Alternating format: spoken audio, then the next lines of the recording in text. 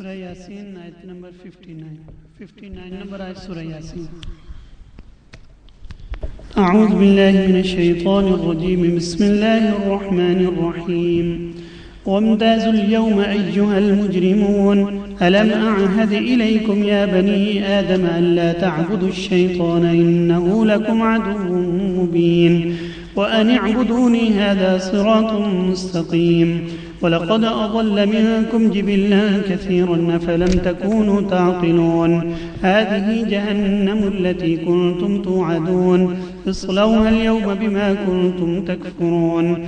اليوم نختم على أفواههم وتكلمنا أيديهم وتشهد أرجلهم بما كانوا يكسبون.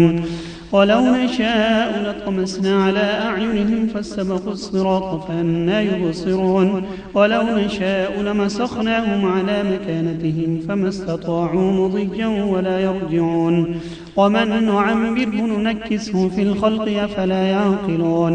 وما علمناه الشعر وما ينبغي له إن هو إلا ذكر وقرآن مبين لينذر من كان حيا ويحق القول على الكافرين. أولم يروا أنا خلقنا لهم مما عملت أيدينا أنعاما فهم لها مالكون. وذللناها لهم فمنها ركوبهم ومنها يأكلون ولهم فيها منافع ومشارب أفلا يشكرون. واتخذوا من دون الله آلهة لعلهم ينصرون. لا يستطيعون نصرهم وهم لهم جند محضرون. فلا يحزنك قولهم إنا نعلم ما يسرون وما يعلنون.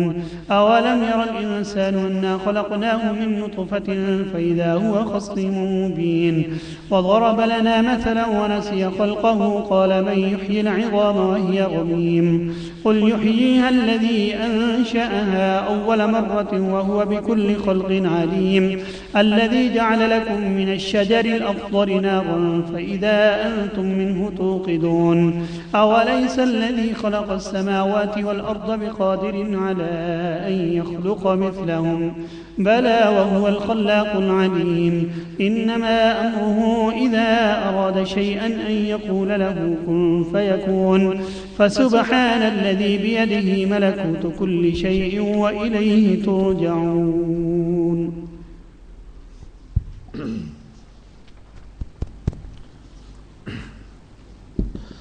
اعوذ باللہ من الشیطان الرجیم بسم اللہ الرحمن الرحیم. یہ سورہ یاسین کی آیات ہیں جو آپ نے ابھی سنی ہیں، اور ان میں آخرت کا منظر پیش کیا جا رہا ہے کہ جب لوگ قبروں سے اٹھ کر اللہ کے سامنے حاضر ہوں گے تو اس وقت لوگوں کو الگ الگ کر دیا جائے گا.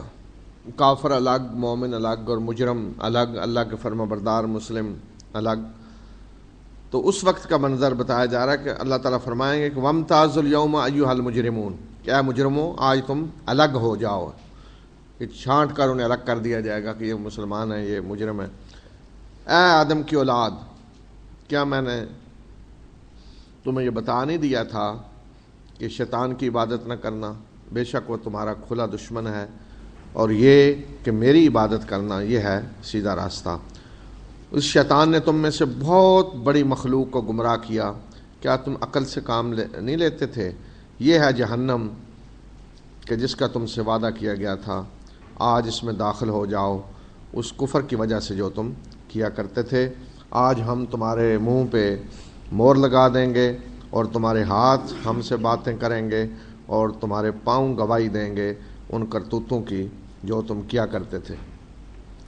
اگر ہم چاہیں تو ان کی آنکھوں کو مٹا دیں اور یہ راستے کی طرف آگے بڑھیں تو انہیں کچھ بھی نظر نہ آئے، اور اگر ہم چاہیں تو ان کی جگہ پہ انہیں مسخ کر دیں اور نہ یہ آگے بڑھ سکیں اور نہ پیچھے پلٹ سکیں.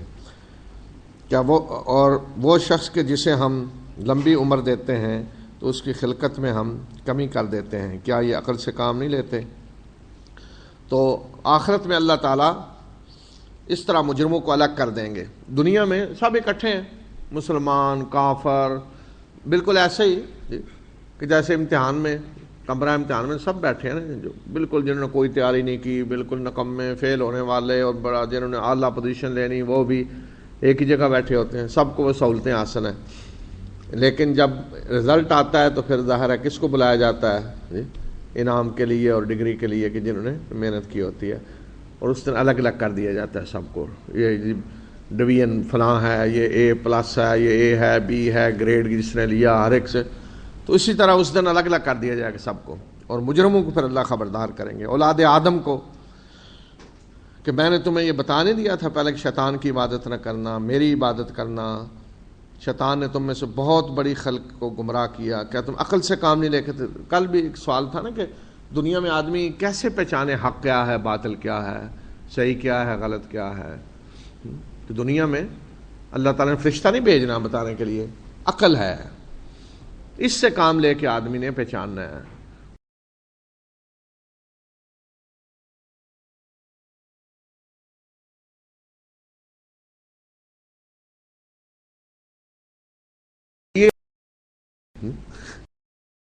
کوئی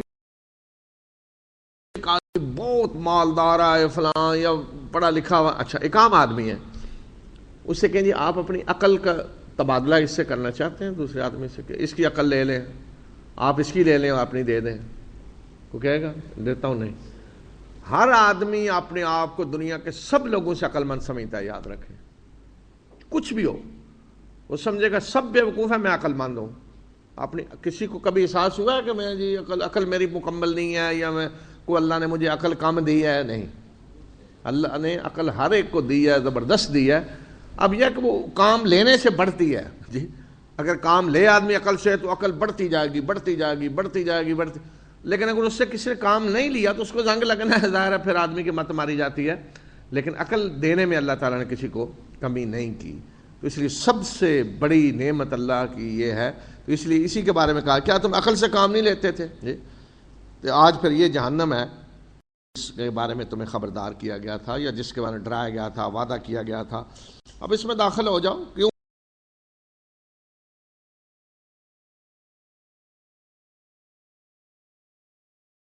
اور تمہارے ہاتھ بتا رہے ہیں، ٹانگیں کیا کرتے رہے ہو، اور پھر بتایا کہ دنیا میں بھی اگر ہم انہیں پکڑنا چاہیں تو جو چاہیں ہم کریں، ہم ان کی آنکھیں اندھی کر دیں جہاں چاہیں، آگے بڑھے راستہ نظر نہیں آئے گا، ہم جس جگہ ہوں وہیں انہیں مسخ کر کے رکھ دیں، نہ آگے جائیں نہ پیچھے، ہمیں ان پہ مکمل اختیار ہے۔ پھر بتایا کہ دیکھیں انسان کمزور ہے، اس کا خود وجود بتا رہا ہے کہ وہ بندہ ہے، بندہ حقیر بندہ، وہ رب نہیں ہے، وہ بندہ ہے حقیر، اس کا وجود بتا رہا ہے جی۔ کیا ہو رہا ہے؟ پیچھے بھی آیات گزری نا کہ اللہ نے انسان کو کمزوری سے پیدا کیا، تو پھر جوانی دی، پھر بڑھاپا، ہونا تو یہ چاہیے نا۔ پھر عقل کیا کہتی ہے کہ جتنی عمر بڑھتی جائے بڑھتی جائے، طاقتور زیادہ ہونا چاہیے نا، آدمی کی جتنی عمر زیادہ ہو رہی ہے اسے طاقتور ہوتے جانا چاہیے، لیکن ہو کیا رہا ہے کہ جتنی عمر بڑھتی ہے ریورس گیئر لگ رہا ہے، کمزوری کمزوری کمزوری کمزوری، حتیٰ کہ ہلنے جلنے کے قابل نہیں رہتا آدمی۔ تو یہ بتانے کے لیے کہ تم بندے ہو، بندے، بڑے بڑے پہلوان، بڑے بڑے طاقتور، بڑے بڑے سپہ سالار، بڑے بڑے جنہوں نے پتہ نہیں کیا کیا کیا ہے، دنیا کے سامنے اللہ دکھاتا ہے کہ چارپائی سے ہل نہیں سکتے، ہاتھ نہیں لا سکتے، سامنے گلاس ہو پکڑ نہیں سکتے، یہاں تک اللہ پہنچا دیتا ہے، یہ بتانے کے لیے تم بندے ہو جو بھی ہو۔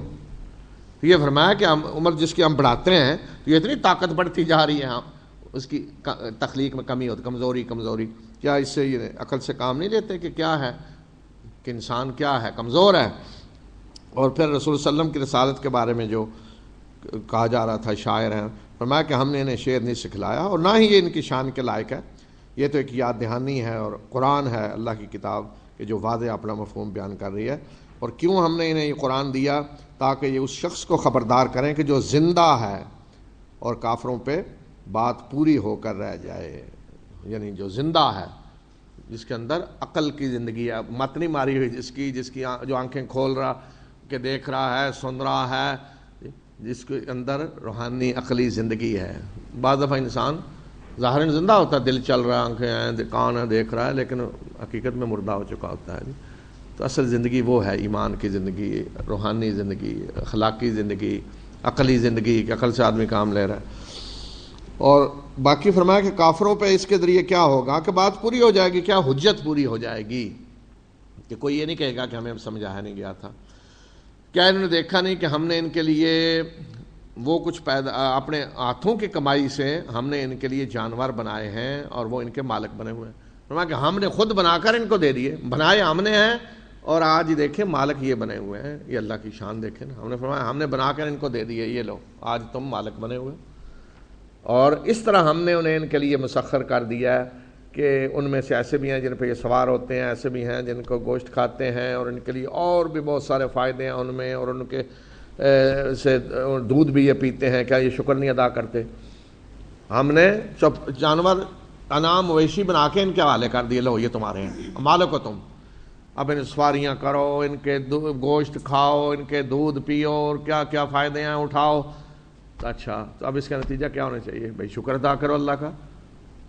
آپ کو گاڑی کی چابی پکڑا جائے, نئی گاڑی لا کے یہ لیں, آپ جو چاہیں کریں, جدھر چاہیں جائیں, یہ آپ کی. اچھا لیں, خرید کے لا کے اس نے دے دی, آپ روزانہ چلا رہے ہیں, فائدے اٹھا رہے ہیں. کوئی ذہن میں خیال آنا چاہیے نا بھائی جس نے دیا اس کا کوئی شکریہ ادا ہوگا یا نہیں ہوتا ہے نا. تو اب روزانہ جی سواریوں پہ سوار ہیں, خیال ہی نہیں کس نے دیا ہے. ان کے دودھ پی رہے ہیں گائے بھینس کے, کس نے دیا ہے؟ بلکہ الٹا ظلم کہ شکریہ دوسروں کا ادا کرنے شروع کر دیتے ہیں. گاڑی آپ نے دی, استعمال ہو رہی ہے, اور آپ کے سامنے کوئی اور بندہ لا کے نا کہہ رہے ہوتے ہیں شکریہ جی آپ اس دن گاڑی کی چابی دے گئے تھے مجھے اور میں چلا رہا ہوں, بڑا مزہ آ رہا ہے جی, بڑی اچھی گاڑی ہے. کیا گزرے گی آپ پہ, ہے نا؟ بندہ چاہے گا مار کے اس کو نا یہیں دفن کریں اس کو اسی جگہ, لیکن اللہ تعالیٰ مہلت دیتا ہے, ڈھیل دیتا ہے, رحمان ہے وہ. انہوں نے اللہ کے مقابلے میں دوسرے معبود بنائے ہوئے ہیں تاکہ ان کی مدد کی جائے. وہ ان کی مدد نہیں کر سکیں گے, بلکہ یہ ان کے لیے حاضر لشکر بنے ہوئے ہیں. بجائے اس کے کہ وہ ان کی مدد کریں, یہ ان کے لشکر بنے ہوئے ہیں, ان کی مدد کرتے پھرتے ہیں.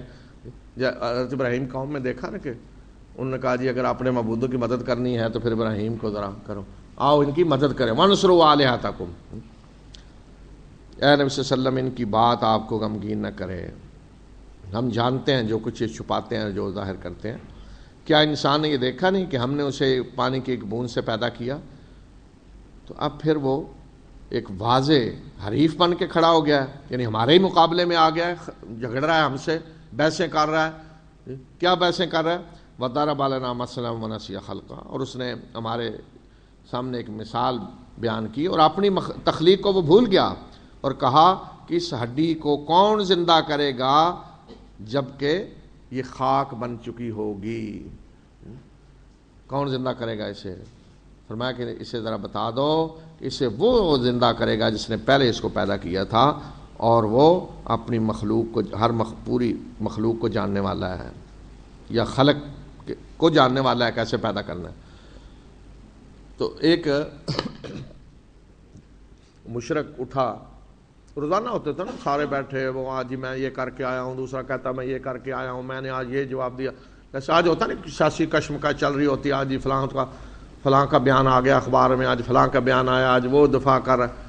تو اسی طرح روزانہ اپنی کارکردگی وہ دکھاتے تھے. تو ایک اٹھا ہڈی لے کے آیا جی رسول صلی اللہ علیہ وسلم کے سامنے, ہاں یہ ہڈی جب وہ سیدھا ہو جائے گی اور خاک بنی ہوئی ہوگی تو کون اسے دوبارہ زندہ کرے گا؟ تو اللہ تعالیٰ نے فرمایا کہ اس کو ذرا بتا دو, اور ساتھ ہی فرمایا کہ یہ مثالیں دے رہا تھا اسی وقت اپنے آپ کو بھولا ہوا تھا کہ تمہیں کس نے پیدا کیا ہے.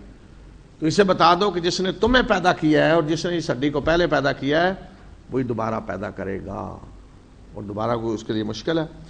اور وہ ہے وہ ذات جو یہ پیدا کرے گا, اس کے اور بھی ذرا دیکھ لیں اس کی نشانیاں بڑی, کہ جس نے تمہارے لیے سبز درخت سے آگ بنائی اور اب تم وہ آگ جلاتے ہو.